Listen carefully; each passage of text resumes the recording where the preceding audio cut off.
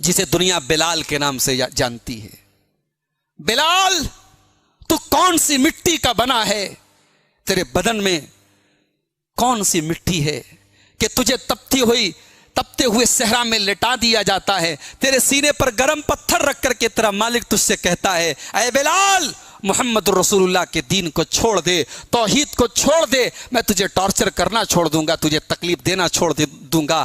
بلال بہت پڑھا لکھا نہیں ہے، بلال ایک کم پڑھا لکھا، ایک کمزور طبقے کا ایک غلام ہے، حبشہ کا رہنے والا کالا کلوٹا ہے، مگر اللہ، اس بلال کا ایمان کتنا مضبوط ہے، اسے اپنی اس دولت ایمان کی کتنی پرواہ ہے۔ بلال اس تپتے ہوئے صحرا پر اس گرم پتھر کے نیچے بڑی دبی ہوئی آواز میں کہتا ہے احد احد، میرا رب ایک ہے، میرا اللہ ایک ہے، میرا معبود ایک ہے۔ یہ پیشانی جھکے گی تو اس کے آگے جھکے گی، یہ سر جھکے گا تو اس کے آگے جھکے گا۔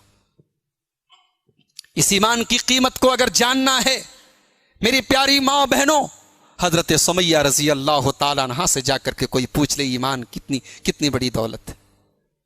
سامنے جوان لڑکا بھی، ان کا بیٹا، جوان بیٹا عمار موجود ہے، شوہر سامنے بدا ہوا ہے، رسیوں میں جکڑا ہوا ہے، اور سمیہ کے کپڑے سمیہ کے بدن سے الگ کر دیے جاتے ہیں۔ جوان بیٹے کے سامنے اس کی ماں کو ننگا کر دیا جاتا ہے، اور سمیہ سے کہا جاتا ہے اے سمیہ، یہ اذیت، یہ تکلیف، یہ پریشانی ہم تمہیں دینا چھوڑ دیں گے، بس تم اسلام چھوڑ دو، محمد رسول اللہ کا دین چھوڑ دو، ایمان چھوڑ دو۔ سمیہ شہید ہو جاتی ہیں، سمیہ قتل ہو جاتی ہیں، سمیہ دو ٹکڑے ہو جاتی ہے۔ سمیہ اپنے جوان بیٹے کے سامنے ننگا ہونا گوارا کر لیتی ہیں، مگر اپنے ایمان سے کمپرومائز نہیں کرتی، اپنے ایمان سے سمجھوتا نہیں کرتی۔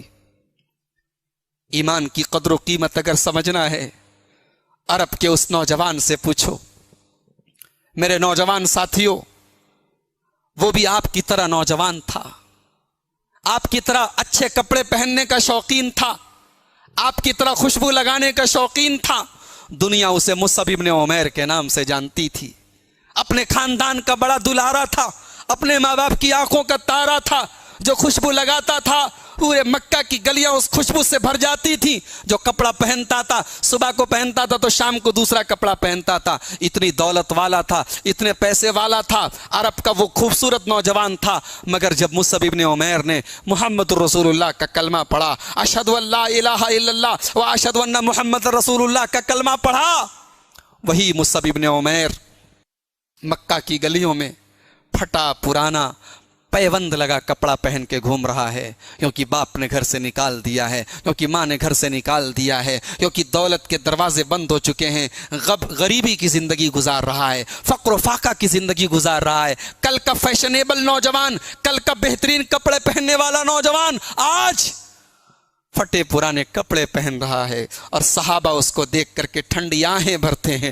ٹھنڈی سانسیں لیتے ہیں، اور کہتے ہائے، یہ وہی مصعب ابن عمیر ہے جو کل مکے کا سب سے خوبصورت اور سب سے امیر لڑکا تھا، آج کیسی زندگی گزار رہا ہے۔ اور یہی مصعب ابن عمیر رضی اللہ تعالیٰ عنہ جب غزوہ احد میں شہید ہوتے ہیں، اور ان کو کفنانے کے لیے جب کفن کی چادر لائی جاتی ہے، بخاری شریف کی روایت ہے، لمبے چوڑے تھے اور چادر چھوٹی تھی، سر کو ڈھاکا جاتا تھا پیر کھل جاتا تھا، پیر کو ڈھاکا جاتا تھا سر کھل جاتا تھا، اور دوسری چادر کا کوئی انتظام نہیں تھا۔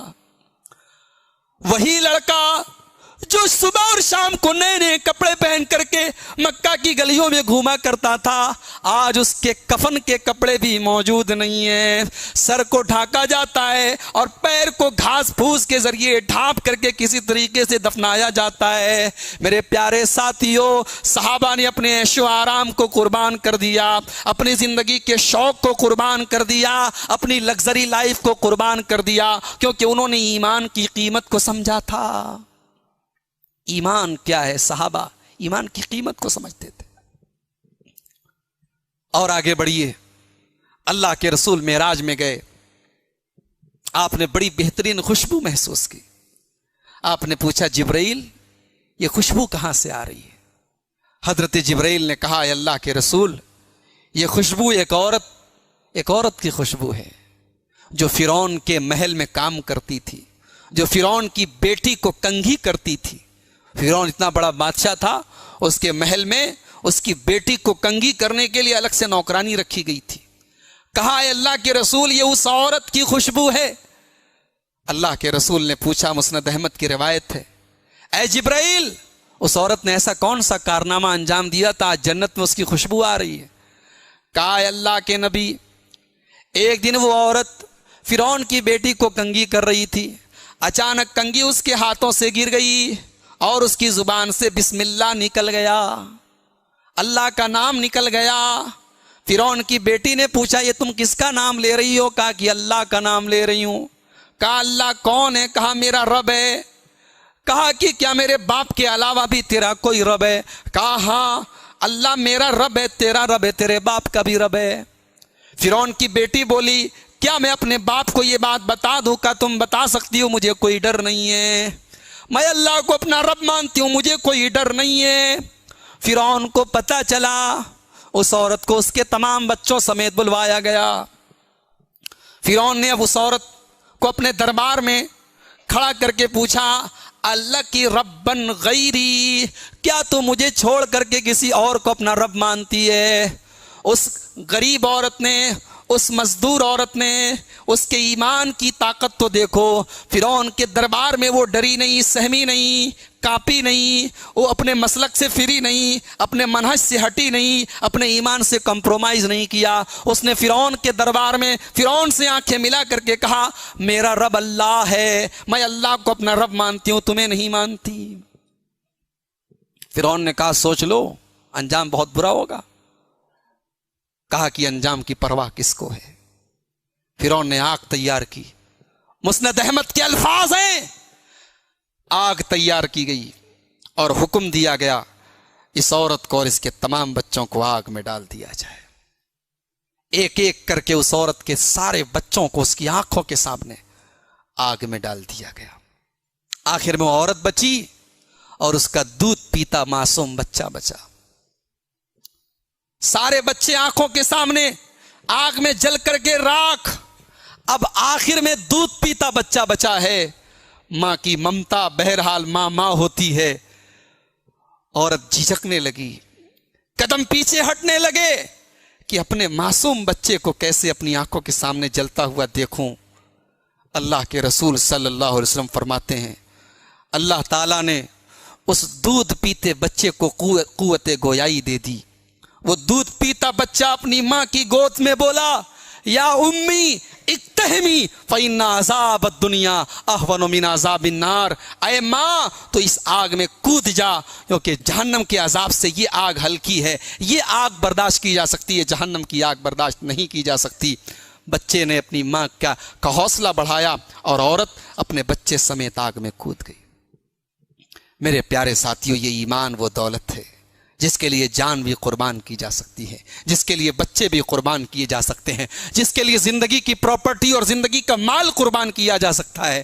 ہم اور آپ معاف کیجئے اس ایمان کی قدر و قیمت سے بے خبر ہیں. آج ہمارا ایمان بڑے کمزور حالت میں, جیسے موبائل ہوتا ہے نا, جب اس کی چارجنگ ختم ہو جاتی ہے, ایمان بھی فل چارج ہوتا ہے اور ایمان کی چارجنگ بھی لو اور فاسٹ ہوتی ہے, اپ ڈاؤن ہوتی ہے.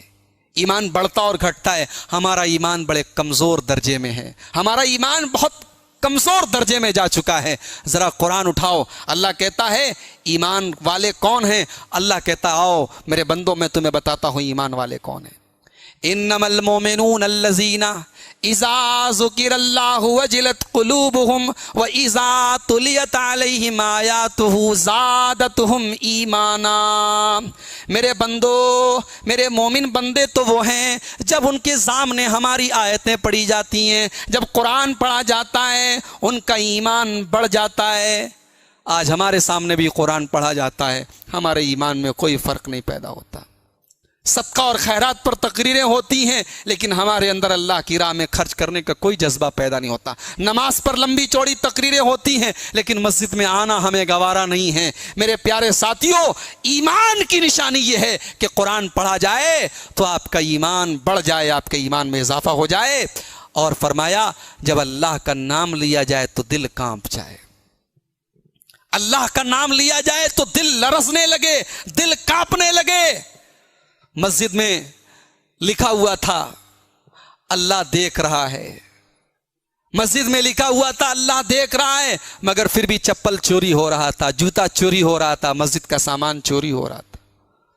ایک ہفتے کے بعد مسجد کی کمیٹی والوں نے مسجد میں کیمرہ لگا دیا اور پرچے پر لکھ دیا کیمرہ لگا ہوا ہے. چپل چوری ہونا بند ہو گیا، سامان چوری ہونے بند ہو گئے. اللہ کا ڈر نہیں ہے، کیمرے کا ڈر ہے. یہ آج ہمارے ایمان کا حال ہے. وَإِذَا ذکر اللہ وجلت قلوبہم، ایمان کی نشانی تو یہ ہے کہ جب اللہ کا نام لیا جائے تو انسان لرز جائے، کانپ جائے. قرآن کی تلاوت ان کے کانوں میں پڑی، صحابہ اور تابعین کے کانوں میں قرآن کی آیت پڑی تو ان کے دل کی دنیا بدل گئی. ڈاکو ڈاکہ ڈالنے کے لیے گیا، کسی مکان کی چھت پر گیا، کوئی بیٹھ کر کے اپنے گھر میں قرآن کی تلاوت کر رہا تھا اور قرآن کی تلاوت اس ڈاکو کے کانوں میں پڑ گئی. اللہ کے کلام کی یہ آیت پڑ گئی، الم یان للذین آمنوا ان تخشع قلوبہم لذکر اللہ. اے ایمان والو، کیا ابھی وہ وقت نہیں آیا ہے کہ اللہ کا کلام سن کر کے تمہارے دل پگھل جائیں؟ یہ آیت سنی، ڈاکو کے دل میں اللہ کا کلام، اللہ کے کلام کی ہیبت چھا گئی. ڈاکو نے کہا، اس ڈاکہ ڈالنے والے نے کہا، اے اللہ وہ وقت آ گیا ہے، میں سچی توبہ کرتا ہوں. اور اس نے ڈاکہ ڈالنا چھوڑ دیا، چوری کرنا چھوڑ دیا اور اللہ کا نیک بندہ بن گیا. میرے بھائیوں، اللہ کا ذکر سن کر، اللہ کا کلام سن کر دل کی دنیا بدل جائے تب سمجھ جاؤ کہ ایمان موجود ہے. تو ہم نے جو اللہ نے 3 کنڈیشن بتائی تھی، ہم تینوں کنڈیشن پر کھڑے نہیں اتر رہے ہیں. پہلی کنڈیشن اللہ نے کہا کہ تم اپنے اندر ایمان پیدا کرو، ہم تمہاری مدد کریں گے. اور دوسری کنڈیشن، اپنے عمل کو نیک کر لو. آج عمل ہمارا کیسا ہے؟ آج ہمارا عمل کیسا ہے؟ شراب کے اڈوں پہ کیا مسلمان کی کمی ہے؟ کیا زناکاری کے اڈوں پر مسلمانوں کی کمی ہے؟ کیا برائیوں کے میدان میں مسلمانوں کی کوئی کمی ہے؟ وہ مسلمان لڑکیاں جن کے چہرے کو کبھی زمین و آسمان نے دیکھا نہیں تھا، آج مسلمان گھروں کی لڑکیاں اپنے بدن کی نمائش کر کے ٹک ٹاک پر ویڈیو بنا رہی ہیں. وہ مسلمان نوجوان جن کی عفت کی مثالیں دی جاتی تھی، آج وہ بدکاری کے دلدل میں ڈوبے ہوئے ہیں. میرے پیارے ساتھیوں، آج مسلمان بدعمل ہو چکا ہے. ہمارے پاس نہ علم ہے نہ عمل ہے. 2 ہی چیزیں ہیں اس شریعت کے اندر جو بنیاد ہے، ایک علم ہے، ایک عمل ہے، اور دونوں ضروری ہیں. اگر آپ کے پاس عمل ہے لیکن علم نہیں ہے تب بھی آپ گمراہ ہیں، اور آپ کے پاس علم ہے لیکن عمل نہیں ہے تب بھی آپ گمراہ ہیں. یہودیوں کے اوپر اللہ کا عذاب نازل ہوا، اللہ کا غضب نازل ہوا. اللہ نے کتا اور بندر، سور ان کو بنایا. کیوں؟ کیونکہ یہودیوں کے ہاں علم تھا لیکن عمل نہیں تھا، اور عیسائیوں کے یہاں عمل بہت تھا لیکن غلط عمل تھا، بغیر علم کے عمل تھا، وہ بھی گمراہ ہو گئے. آج ہماری قوم کے پاس نہ علم ہے نہ عمل ہے. اس قوم کا حال کیا ہے؟ کون بنے گا کروڑ پتی کے نام سے ٹی وی پر پروگرام آ رہا ہے.